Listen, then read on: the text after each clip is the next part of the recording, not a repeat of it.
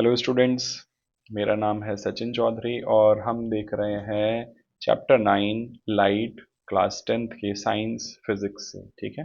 तो लाइट, यहाँ पर जो वर्ड लिखा हुआ है, ये लाइट का मतलब वो वाली लाइट नहीं है जो घर में लाइट आ गई लाइट चली गई। ठीक है, ये सनलाइट की हम बात कर रहे हैं। ठीक है। The light that makes things visible. ठीक है, इसी से चीजें दिखाई देती हैं हमें। तो सबसे पहला क्वेश्चन पूछा जाता है व्हाट इज लाइट। तो light is a form of energy. ये क्या है? एक तरह की एनर्जी है। It gives a sensation of vision, देखने का आभास कराती है। ठीक है, इसी को हम साइट बोलते हैं और इसी को हम आई साइट बोलते हैं। ठीक है। तो अब अगर हम इस चैप्टर की बात करें तो इस चैप्टर में बेसिकली हम पढ़ेंगे लाइट की प्रॉपर्टीज के बारे में। लाइट की प्रॉपर्टीज पढ़ने के बाद हम जानेंगे रिफ्लेक्शन क्या होता है, इट्स अ नेचुरल फिनोमिना। दूसरा है refraction, it is also a natural phenomena. तो इन दोनों के ऊपर हम देखेंगे। तो यहाँ पर हम पढ़ेंगे बेसिकली मिरर्स के बारे में और यहाँ हम पढ़ेंगे लेंसेज के बारे में। तो मैं पूरा चैप्टर डीप में डिटेल में नहीं जाने वाला हूँ, मैं इस चैप्टर को नेक्स्ट 5 मिनट्स में कंप्लीट करने वाला हूँ। ठीक है। तो यहाँ पर बहुत सारी चीजें दे रखी हैं फर्स्ट पैराग्राफ में, हमारे किसी काम का नहीं है। हमारे काम का क्या है? हमारे काम का जो भी चीजें लिखी हुई हैं वो इस पैराग्राफ में लिखी हुई हैं। ठीक है। तो आगे जाने से पहले मैं आपको बता दूं, हम ऐसा मानते हैं कि ऑब्जेक्ट या तो लुमिनस हो सकते हैं या नॉन लुमिनस हो सकते हैं। ठीक है। लुमिनस मतलब that the objects that produces their own light. ठीक है, जो अपनी लाइट खुद से प्रोड्यूस करते हैं, दे आर ल्यूमिनस ऑब्जेक्ट्स। जैसे कि हमारा सन। सन क्या है? एक तरह का स्टार है। तो मैं यहां लिख सकता हूं all the stars that are shining, they are luminous objects. ठीक है। अब दिमाग में आता है सर मेरे कमरे में जो बल्ब जल रहा है, मेरे कमरे में जो ट्यूब लाइट एलईडी चल रही है, क्या वो ल्यूमिनस है? हाँ, वो भी ल्यूमिनस है। दूसरा ऑब्जेक्ट आ जाता है non luminous. non-luminous objects are those objects that don't have their own light, उनकी अपनी कोई लाइट नहीं होती है। they just reflect light coming from other sources। ठीक है, तो बस वो रिफ्लेक्ट करते हैं। फॉर एग्जाम्पल हमारा जो मून है, ठीक है, it's a non luminous object. It's a non luminous object. और दूसरा, अगर हम मिरर की बात करें या कोई भी किसी भी तरह का कोई भी शाइनी सरफेस की अगर हम बात करें, तो वो क्या हो जाता है? नॉन लुमिनस ऑब्जेक्ट हो जाता है। इसके अलावा ओपेक ऑब्जेक्ट्स हो सकते हैं। द ऑब्जेक्ट में बी ओपेक। ओपेक मतलब जिसमें से कोई भी लाइट पास ना हो। It may be translucent, translucent, और इट में बी ट्रांसपेरेंट। ठीक है। तो जब भी हम इस चैप्टर की बात करेंगे तो we will be dealing by in these transparent object. Transparent object का मतलब लाइक ग्लासेस, जैसे कि ग्लास होता है। ठीक है। इसके बाद अगर हम बात करें तो यहां पर दे रखा है लाइट की प्रॉपर्टी के बारे में, और ये बहुत इंपॉर्टेंट है। एक क्वेश्चन यहां से देखने को मिल जाता है और क्वेश्चन भी यही दे रखा है। क्वेश्चन को हम बोलते हैं डुअल नेचर ऑफ लाइट। ठीक है। तो क्वेश्चन बनता है what do you understand by the dual nature of light. ठीक है। तो अगर उसकी बात करें तो हमारे पास यहाँ कुछ फिनोमेना दे रखे हैं। सबसे पहले दे रखा है the straight line treatment of optics using rays fail. मतलब एक तो हम पढ़ रहे थे स्ट्रेट लाइन मूवमेंट यानी रेक्टिलिनियर प्रोपगेशन। ठीक है।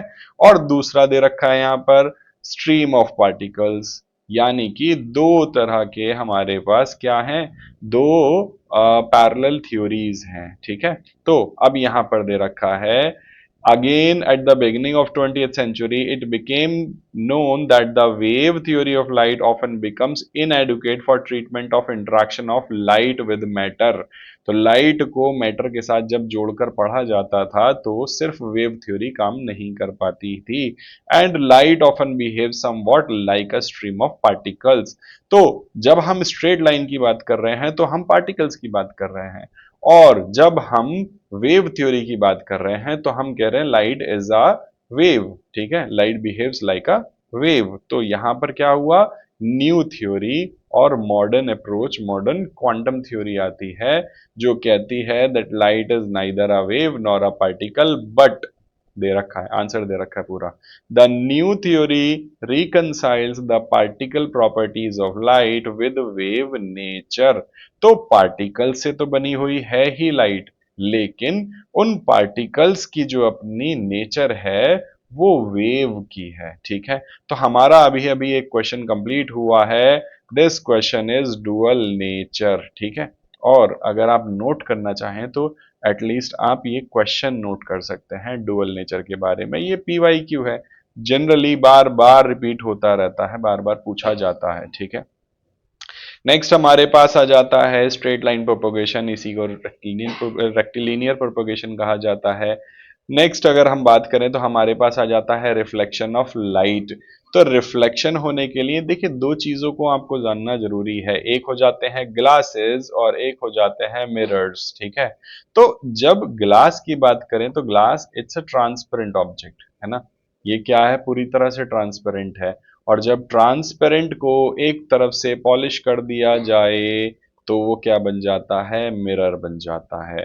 तो जब आप घर में अपनी शक्ल देख रहे होते हैं तो इट्स अ मिरर, और जब आप अपनी खिड़की से बाहर देख रहे होते हैं इट्स अ ग्लास, ठीक है।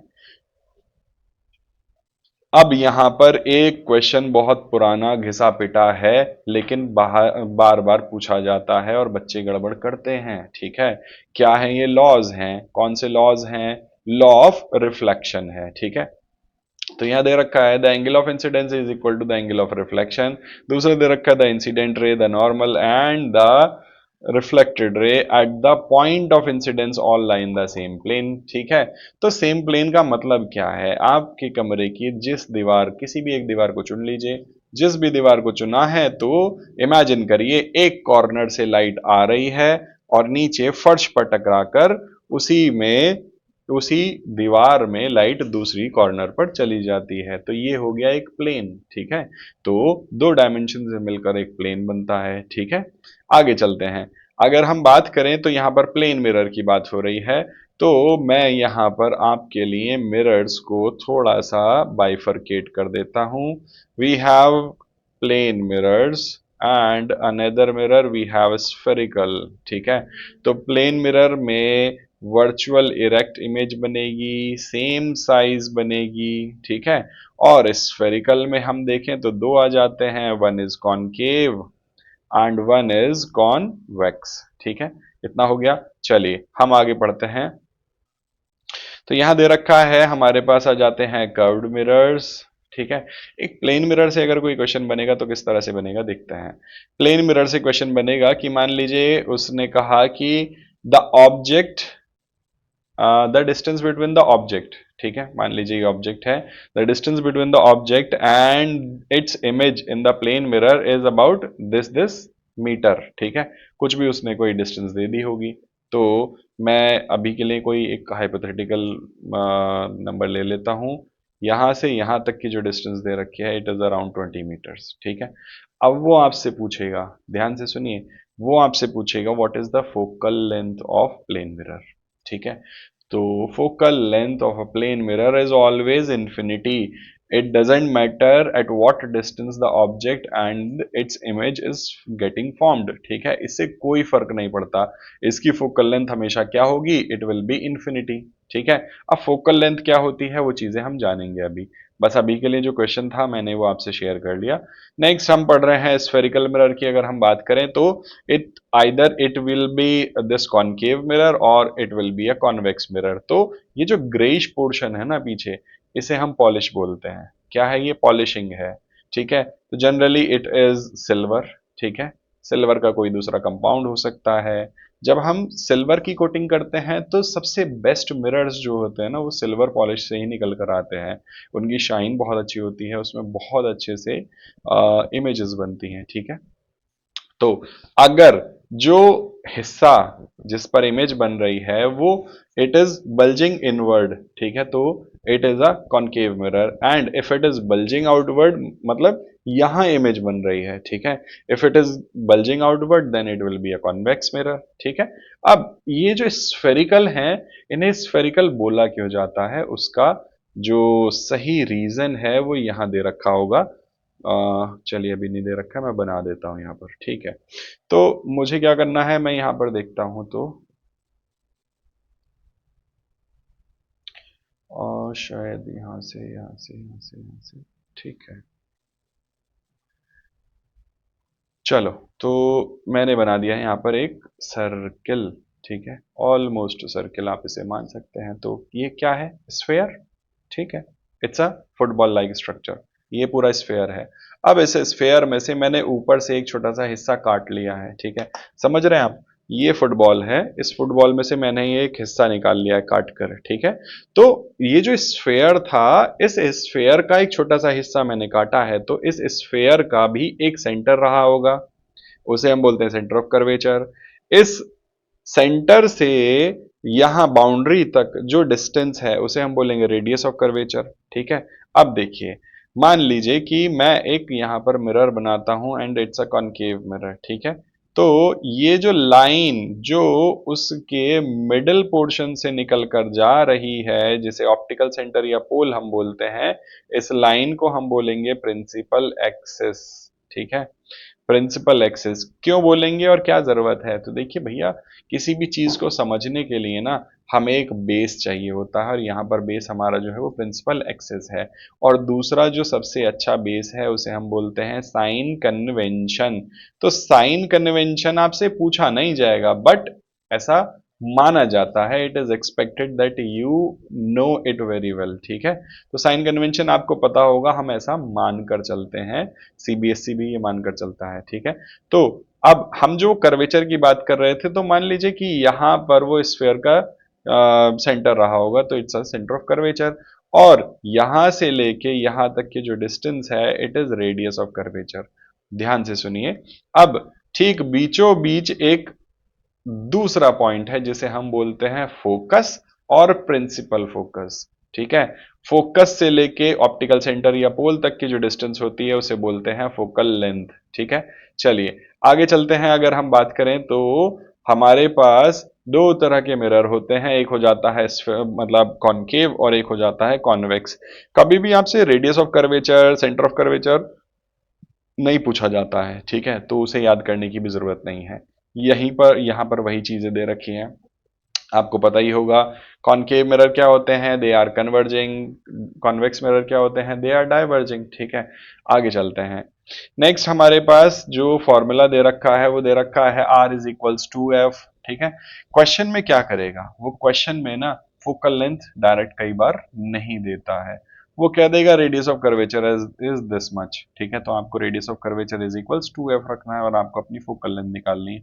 क्योंकि हम देखेंगे लेंस फॉर्मूला में one upon f is equals one upon u plus one upon v, sorry mirror formula, और lens formula one upon f is equals one upon v, one upon u minus one upon v, ठीक है, इस तरह से होगा, ठीक। अब चलिए आगे चलते हैं हम। तो हमारे पास दे रखा है image formation bye spherical mirrors. Spherical mirror से जो इमेज फॉर्मेशन हमारे पास होगी वो किस तरह से होगी? तो हमारे पास दो तरह की इमेजेस बनती हैं, और ये बड़ा इंपॉर्टेंट है जब हम पढ़ते हैं तो इमेज फॉर्मेशन, या तो वर्चुअल इमेज होगी या रियल इमेज होगी। तो वर्चुअल है तो हमेशा इरेक्ट होगी, और रियल है तो हमेशा इन्वर्टेड होगी।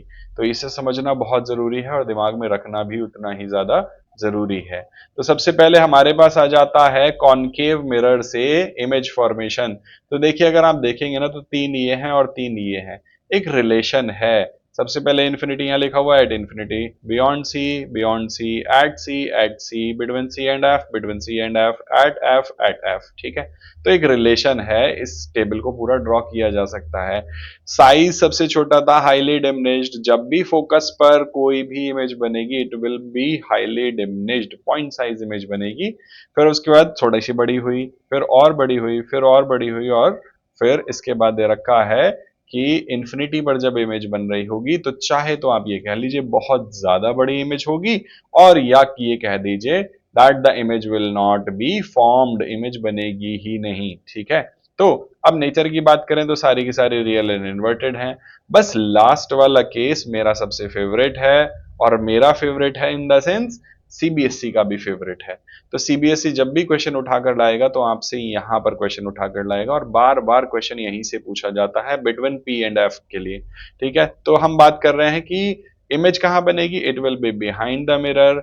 कैसी इमेज बनेगी, it is always virtual and erect, क्योंकि इमेज बन नहीं रही है, हमें ऐसा लग रहा है कि इमेज बन सकती है, और जो साइज होगा it will B enlarged. Question पूछा जाता है कि कॉनकेव मिरर में भी वर्चुअल इरेक्ट इमेज बनती है और कॉन्वेक्स में भी वर्चुअल इरेक्ट बनती है, तो what is the difference between them. तो डिफरेंस है उसके साइज से, कॉनकेव में बनेगी एनलार्ज्ड इमेज और कॉन्वेक्स में बनेगी स्मॉल इमेज या डिमिनिश्ड इमेज। ठीक है, अब आ जाता है रे डायग्राम। जब हम बनाते हैं तो कुछ एक चीजें इंपॉर्टेंट हैं जिन्हें हमें दिमाग में रखना है। सबसे पहले, कोई भी लाइन जो पैरेलल आएगी प्रिंसिपल एक्सिस के, वो टकरा कर फोकस से पास होगी, इसीलिए इसे प्रिंसिपल फोकस बोला जाता है। इससे कोई फर्क नहीं पड़ता वो रियल में आ रही है या आती हुई दिख रही है। आगे दे रखा है जो भी फोकस से पास होगी लाइट, वो टकराने के बाद प्रिंसिपल एक्सिस के पैरेलल हो जाएगी। अगला दे रखा है जो भी लाइट सेंटर ऑफ कर्वेचर से डायरेक्टली पास होगी, वो बिना रिफ्लेक्ट हुए, बिना डाइवर्ट हुए उसी रास्ते वापस लौट जाएगी। फिर आगे दे रखा है अगर कोई भी लाइट या तो सेंटर ऑफ कर्वेचर से पास या फोकस से पास, अगर इन दोनों से पास नहीं हो रही है तो जितने एंगल पे आएगी उतने ही एंगल पर चली जाएगी वापस। ठीक है, तो कॉनकेव मिरर से जो इमेज फॉर्मेशन है सारे बहुत अच्छे हैं। ठीक है, आप इमेजेस बनाकर देख लीजिएगा। अगर मुझसे कोई पूछे कि कौन सा आ सकता है, कौन सा इंपॉर्टेंट है, तो मेरे लिए ये दो इमेजेस इंपॉर्टेंट हैं, एक ये वाली और एक ये वाली। ठीक है, इन्फिनिटी वाली कभी नहीं पूछी जाती है, या तो पूछी जाएगी तो बिटवीन सी एंड एफ पूछी जाएगी या बिटवीन एफ एंड पी पूछी जाएगी। बस ये दो तरह की इमेजेस पूछी जाती हैं। नेक्स्ट हमारे पास आ जाते हैं कॉनकेव मिरर के यूजेस। तो कॉनकेव मिरर के यूजेस हमेशा वहां पर ये इस्तेमाल किया जाएगा जब चीजों को हमें बड़ा देखना हो। जैसे कि अगर हम डेंटिस्ट की बात करें, डेंटिस्ट को जब आपके दांतों में कैविटी देखनी होती है तो he will be using concave mirror. दूसरा, अगर मुझे शेविंग मिरर यूज करना है तो it will be again concave mirror. ठीक है, और दूसरा, टॉर्चेस में जो अंदर की तरफ इमेज जो मिरर होते हैं, they are concave mirror. Searchlight में भी कॉनकेव मिरर। क्यों, ध्यान से सुनिए।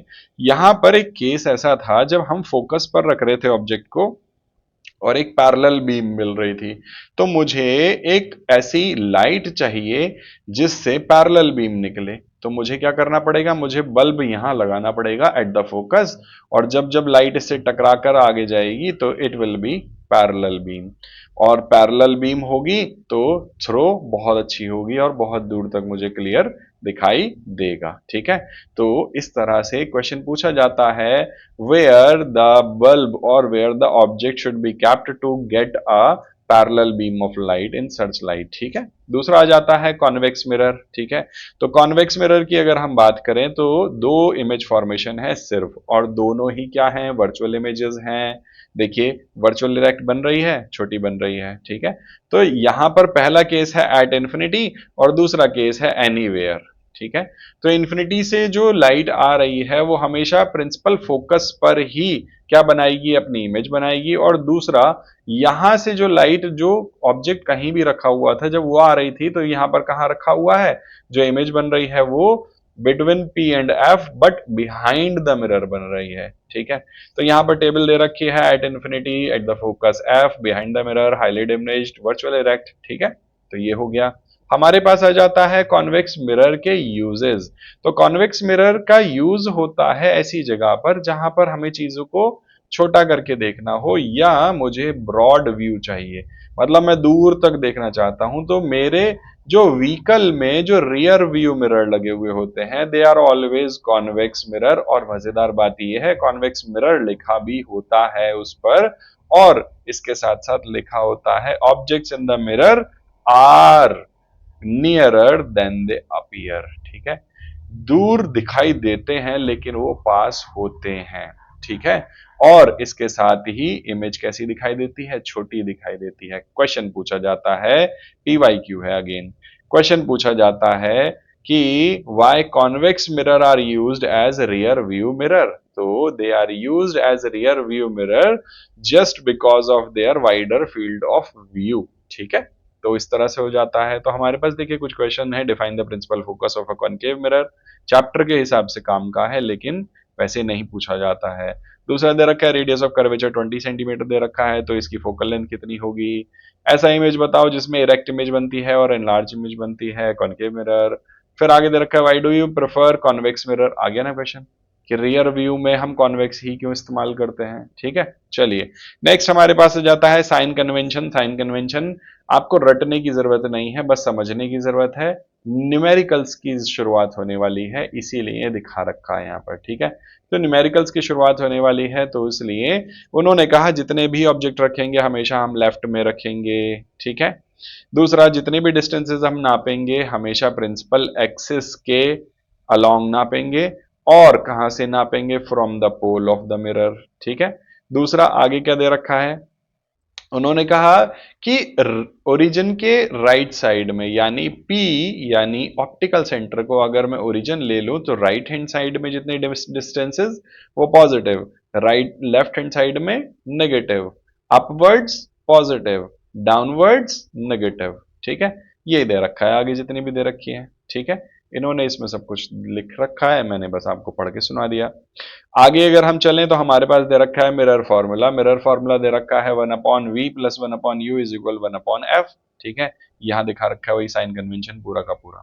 ठीक है, तो इस चैप्टर के लास्ट में न्यूमेरिकल्स जब हम करना शुरू करेंगे तो मैं आपको एक फॉर्मूला बताऊंगा, अगर वो आप चीट शीट की तरह अगर दिमाग में बिठा लेंगे आपका क्वेश्चन कभी गलत नहीं हो सकता। ठीक है, दूसरा आ जाता है मैग्निफिकेशन की बात करें तो it is the ratio of height of the image to the height of the object. ठीक है, m is equal h dash upon h, या मैं कह सकता हूं m is equals I upon O is equals minus v upon u. ठीक है, इस तरह से हो गया, ये दे रखा है।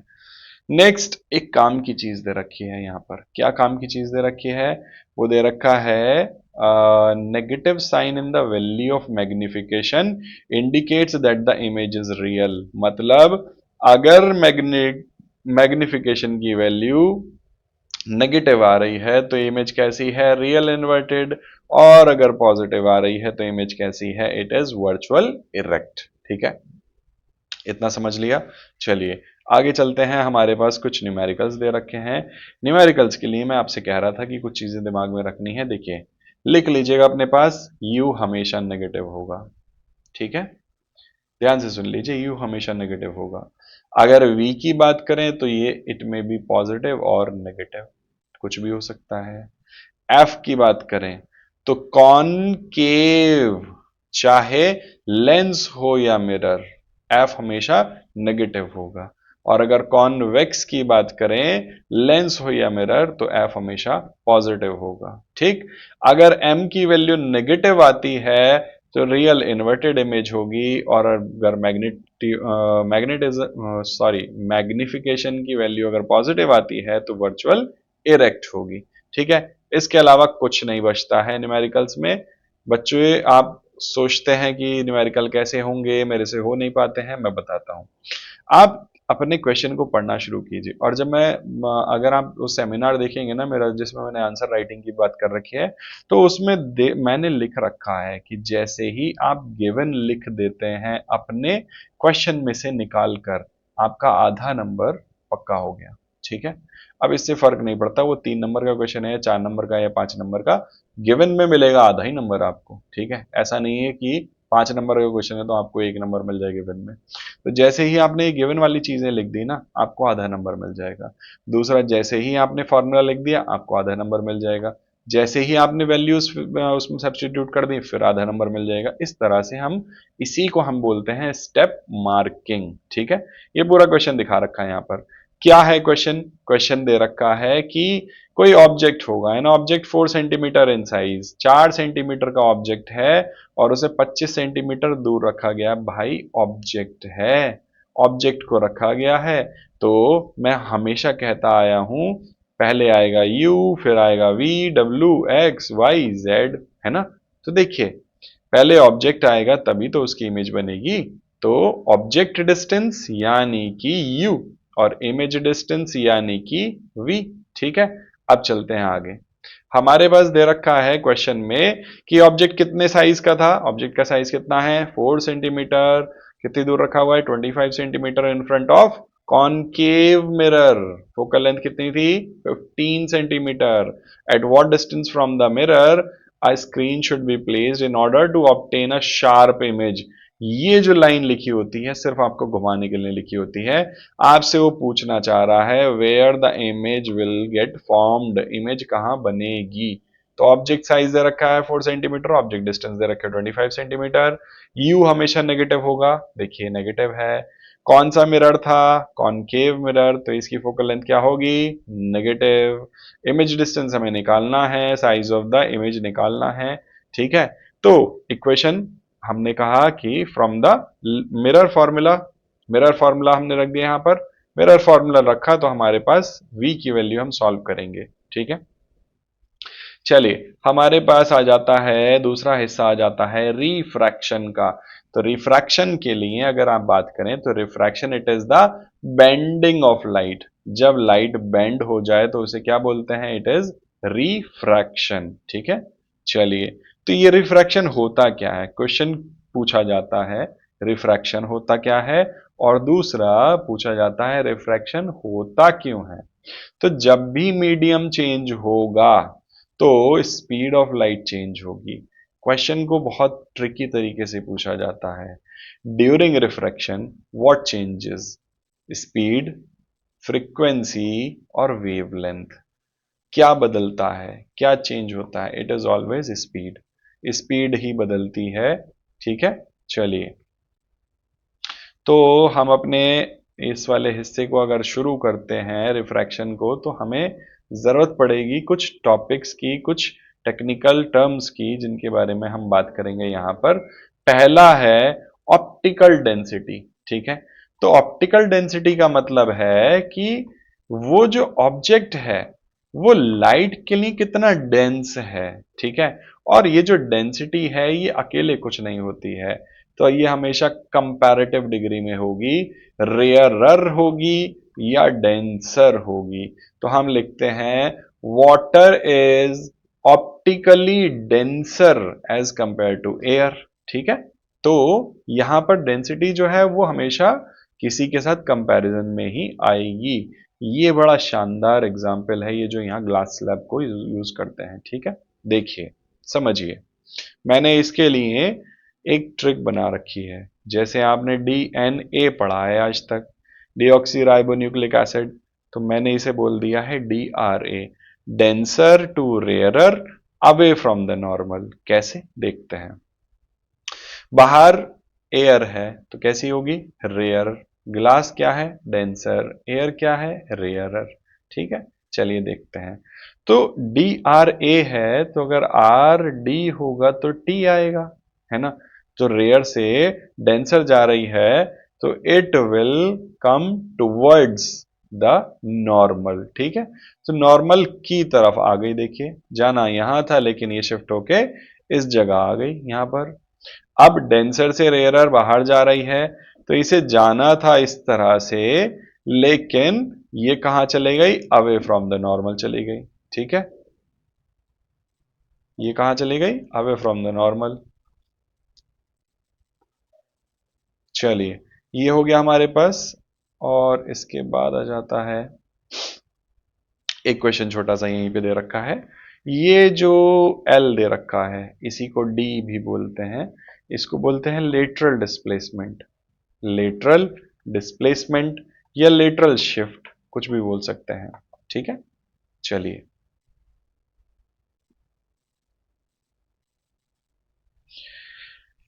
हमारे पास है लॉज ऑफ रिफ्रैक्शन, बड़े काम के हैं। पहला वाला तो सेम ही है, ठीक है, उसमें दूसरा दे रखा था, इसमें पहला दे रखा है। ये वाला काम का है, इसे बोलते हैं स्नेल्स लॉ, ठीक है। तो ये अंकल स्नेल ने बनाया था तो इसे बोलते हैं स्नेल। ये स्नेल नहीं है, ये स्नेल है, ठीक है। ये स्नेल नहीं है। तो यहां पर दे रखा है it is the ratio of sine of i upon या to sine of r. It is always a constant, it and it is also known as refractive index. इसी को क्या बोलते हैं? रिफ्रैक्टिव इंडेक्स बोलते हैं। चलिए, तो यहां पर जो वैल्यू दे रखी है उसने कहा it is refractive index of second medium with respect to first. क्या बोला उसने? मान लीजिए एयर दे रखा है, वाटर दे रखा है, तो ये जो रिफ्रैक्टिव इंडेक्स लिखा जाएगा एन से डिनोट करते हैं, refractive index of water with respect to air लिखा जाता है। ठीक है, इस तरह से लिखा जाता है। चलिए, तो रिफ्रैक्टिव इंडेक्स यहां पर दिखा रखा है, रिफ्रैक्टिव इंडेक्स बता रखा है, यहां पर दे रखा है ना N2 1। ठीक है, refractive index of 2 with respect to 1, इस तरह से है, refractive index of 2 with respect to 1।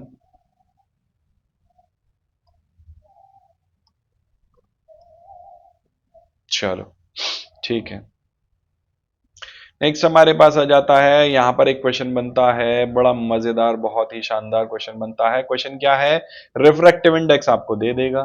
ठीक है, एग्जांपल लेते हैं, if the refractive index of glass is 1.5 and speed of light in vacuum और in air is 3 into 10 raised to the power 8 metre पर second, then find the speed of light in glass. ठीक है, refractive index दे दिया, क्या है यहां दे रखा है पूरा क्वेश्चन, रिफ्रैक्टिव इंडेक्स दे दिया, speed of light in air हमें पता है, speed of light in that medium हमें निकालना है। तो n is equal c upon v, तो n की वैल्यू अगर 1.5 दे दी, c मुझे पता है 3 multiply 10 raise to the power 8, मुझे v निकालना है, तो v is equal 3 multiply 10 raise to the power 8 upon 1.5, तो मैं इसे सॉल्व करता हूं तो 2 टाइम्स, तो v कितना आ गया 2 into 10 raise to the power 8 metre पर सेकेंड। ये कौन सी है वेलोसिटी, ये वेलोसिटी भैया वेलोसिटी ऑफ लाइट या speed of light in glass है। ठीक है, चलिए नेक्स्ट हमारे पास आ जाता है ऑप्टिकल डेंसिटी होता क्या है, वो यहां दे रखा है, हमारे पास दे रखा है refraction by spherical lenses. Lens दो तरह के होते हैं, इट में बी सिंगल और इट में बी डबल। तो सिंगल में कैसे आएंगे, इस तरह से। ठीक है, ये हो गया सिंगल, यानी कि प्लेनो कॉन्वेक्स, प्लेनो कॉनकेव। ठीक है, ये तो हो गया सिंगल वाले। डबल वाले क्या होंगे, दोनों तरफ से एक जैसे, बाई कॉन्वेक्स बाई कॉनकेव। ठीक है, ये इस तरह से होगा। चलिए आगे देखते हैं, हमारे पास क्या दे रखा है, और यहां पर आ जाता है हमारे पास सबसे पहला convex lens, image formation by lenses, convex lens आ जाता है। तो वहां पर कॉनकेव मिरर में थी 6 इमेजेस, यहां पर कॉन्वेक्स लेंस में है 6 इमेजेस। सिमिलर है at infinity 2f1 2f2 2f1 2f2 f1 2f1 f2 2f2 f1 f2। ठीक है, घूम फिर के वही वाला टेबल वापस आ गया है, कुछ अलग नहीं है। मेरा फेवरेट सीबीएसई का फेवरेट लास्ट वाला। ठीक है, तो वही सारी चीजें हैं, highly diminished, diminished, same size and large image, या तो बनेगी नहीं, या बनेगी तो बहुत ज्यादा बड़ी बनेगी, और लास्ट आ जाता है एनलार्ज। पहली चार रियल इन्वर्टेड और ये वाली वर्चुअली रेक्ट। ठीक है, नेक्स्ट हमारे पास दे रखा है कॉन्वेक्स कॉनकेव में। ठीक है, तो वहां कॉन्वेक्स में दो केसेस थे, यहां कॉनकेव में दो केसेस हैं। ठीक है, नेक्स्ट हमारे पास आ जाता है इमेज फॉर्मेशन। इमेज फॉर्मेशन ये दे रखा है यहां पर आ जाता है साइन कन्वेंशन, और हमारे पास आ जाता है हमारा प्यारा lens formula, 1/v is equal minus 1/v minus 1/u is equal 1/f। ठीक है, मैग्निफिकेशन यहां क्या दे रखा है, मैग्निफिकेशन का फॉर्मूला मिरर में जो था वो था I/O is equals minus v/u, लेकिन लेंस में ये बदल जाता है I/O बराबर मतलब v/u, माइनस नहीं आता प्लस आता है। ठीक है, लेकिन वो जो चीज हमने बात करी थी ना कि अगर m की वैल्यू नेगेटिव आएगी तो वो रियल इमेज होगी, वो यहां भी काम करती है। ठीक है, तो वो चीजें फिक्स हैं, सेम क्वेश्चंस हैं, कुछ अलग नहीं है, बिल्कुल सेम क्वेश्चंस हैं।